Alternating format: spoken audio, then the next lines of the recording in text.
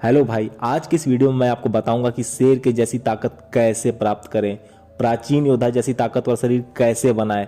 मैं आज इस वीडियो में आपको 5 योगासन बताऊंगा जिससे आप शक्तिशाली, बुद्धिमान और हमेशा निरोग रहेंगे। हमारे देश में कई ऐसे वीर योद्धा हैं जिन्होंने योग के माध्यम से अपने बल को और अपने पौरुष को बढ़ाया है। चाहे वेस्टर्न एक्सरसाइज हो चाहे देसी एक्सरसाइज, सबकी जननी योग ही है।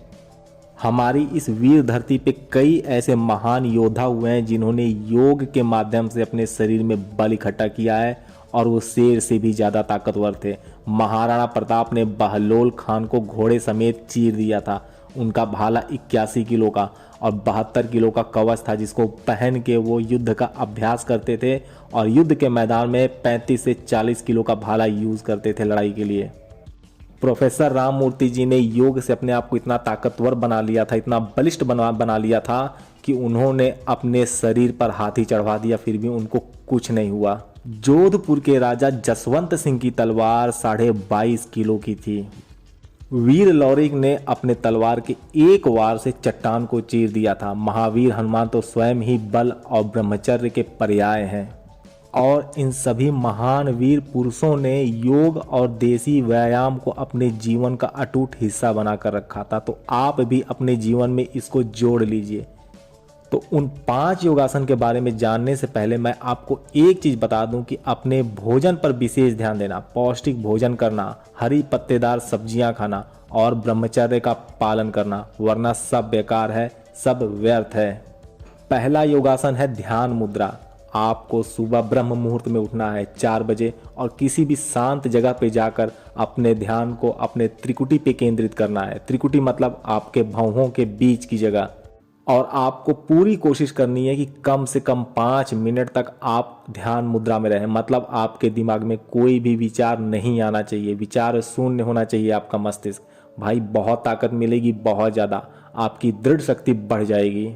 दूसरा योगासन है भ्रामरी। जैसा कि आपको इमेज में दिख रहा होगा, अपने अंगूठे को कान से लगा के बंद करना है, अपनी आंखों को बंद करना है, अपने मुंह को बंद करना है। उसके बाद अपने गले से मक्खी की भिनभिनाहट की तरह आवाज़ निकालनी है जिससे आपके मस्तिष्क में, आपके चेहरे पे कंपन महसूस होगा। आपको इसे 15 मिनट करना है रुक रुक करके।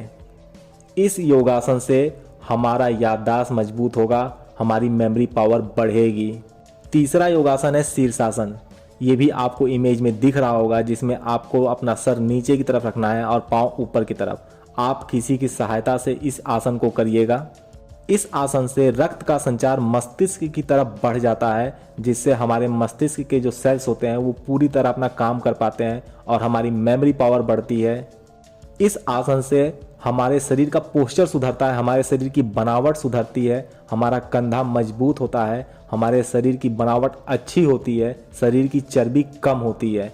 चौथा योगासन है चंद्रासन, जिसमें आपका शरीर अर्धचंद्राकार हो जाता है और इस आसन से आपके शरीर का बनावट सुधरता है।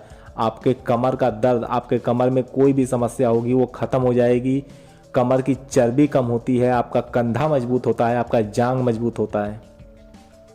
और आखिरी आसन है पर्वतासन, जो कि चंद्रासन का अपोजिट है। मतलब आप चंद्रासन उल्टे होकर करते हैं और पर्वतासन में आपको पर्वत के अनुसार आपकी शरीर बनानी है, जो कि आपको इमेज में दिख रहा है।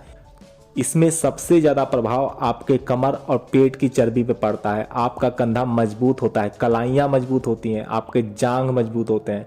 तो भाई इन 5 योग आसनों को आप पक्का कीजिएगा और आप देखेंगे कि आपके मस्तिष्क की क्षमता बढ़ती है और साथ ही साथ आपके शरीर की क्षमता बढ़ती है।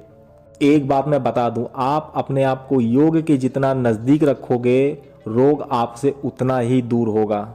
इसके अलावा अगर आप देसी कसरत भी करते हैं तो वो दी बेस्ट है।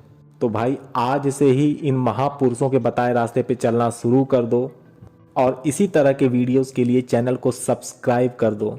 और अगर ये वीडियो पसंद आया तो लाइक करो और अपने ज़्यादा से ज़्यादा दोस्तों को शेयर करो। वीडियो देखने के लिए धन्यवाद। नमस्कार, जय हिंद।